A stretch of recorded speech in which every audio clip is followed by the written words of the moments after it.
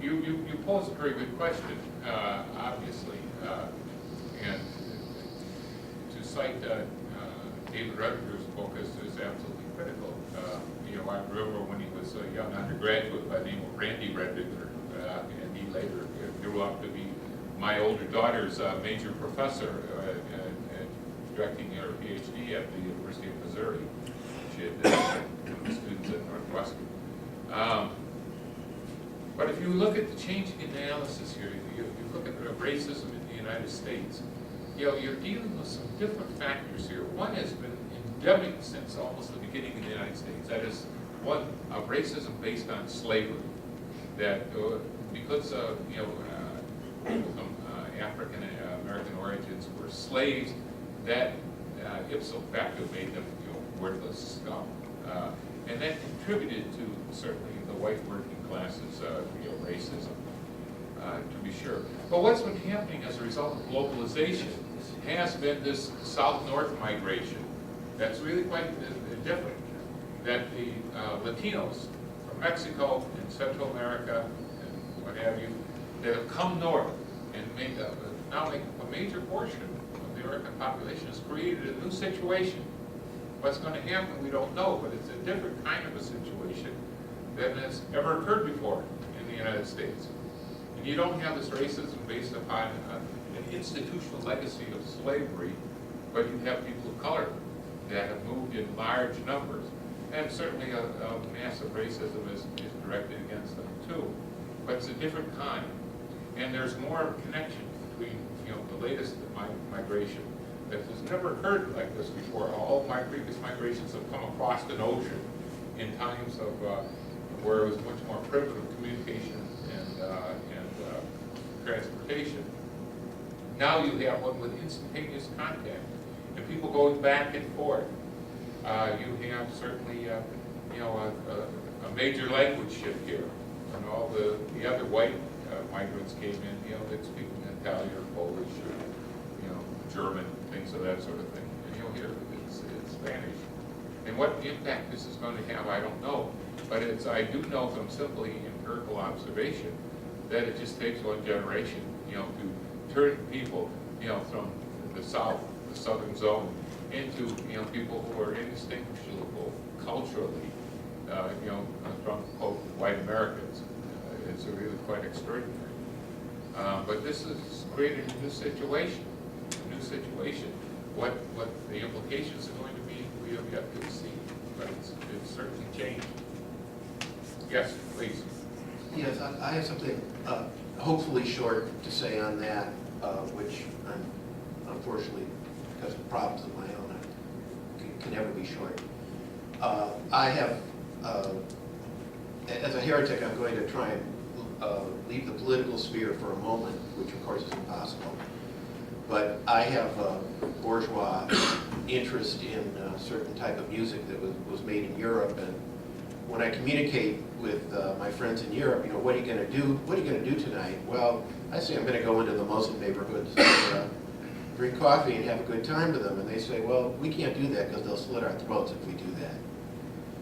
And I do spend most of my free time with recent immigrants, but they happen to be from across the ocean, but that's a whole another story. But from what I can tell, Europe, completely picking up on what Patrick says from a cultural point of view, Europe has done an extremely poor job of assimilating their immigrants, particularly the ones who don't look like them, particularly from the third world. And I'm going to go on a limb and say, again, in cultural terms, it's actually pretty easy to become an American. Going into the cliche that there isn't much culture here, so once you speak a little English and have a job and have a green card, someone's going to start considering you an American. They may not be third generation Americans, but someone's going to. Whereas in many parts of Europe, particularly Western Europe, you can be 10th generation, and if you're from South Asia, you can be 10th generation and a citizen and speak the language and know the history. And if you don't look the part, there are a lot of people who are not going to consider you French or Spanish or Belgian or Dutch because you don't look the part.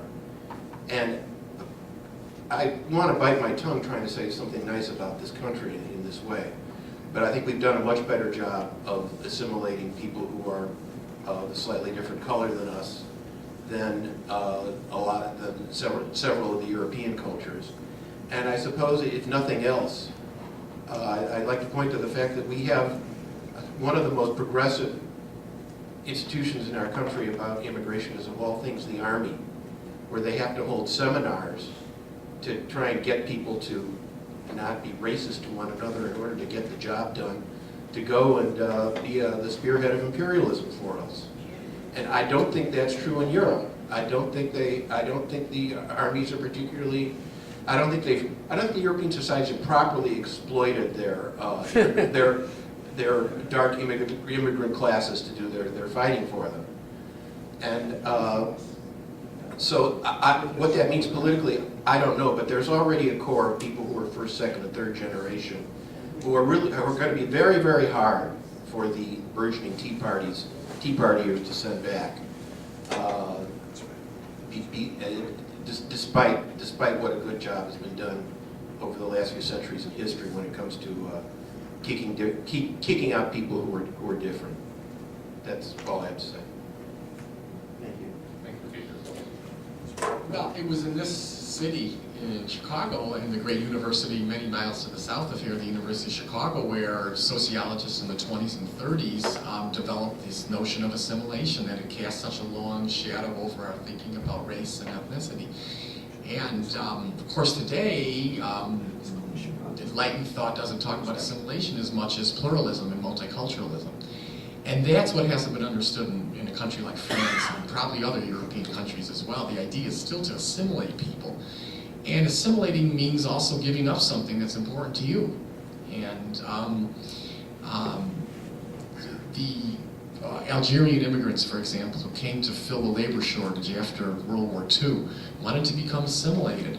Their children, their grandchildren have thrown up their hands in frustration and disgust and don't want to be assimilated. They don't want to be part of a country that's treated their parents in such a shabby manner and has really closed the door to social equality for their own generation.